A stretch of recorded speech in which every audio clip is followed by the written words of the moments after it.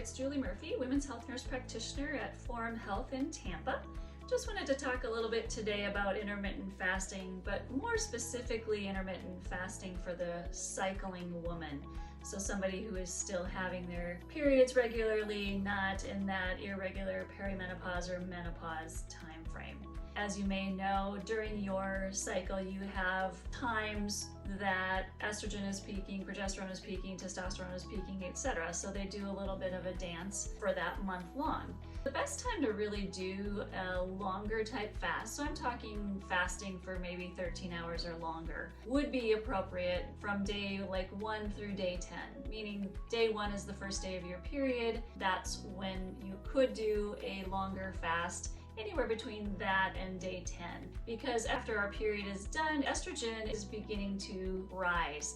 And estrogen thrives when insulin is down. If you can recognize when we are fasting, we're obviously not having food, so our glucose is down and we're not producing as much insulin, so estrogen will be thriving during that time. Then what happens is ovulation. So from day maybe 10 through 15, we have that ovulation window. And that is when lots of our hormones, and especially estrogen and testosterone, are high, and we are not going to want to fast or do a longer fast during that time frame.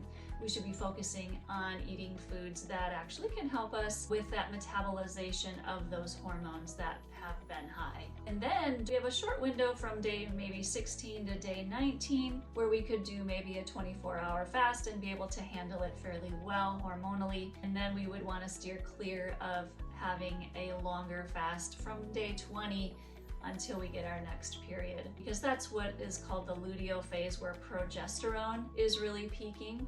And when progesterone is peaking, we are not going to be wanting to produce extra cortisol, and we will produce extra cortisol, or our stress hormone, when we are doing a longer fast.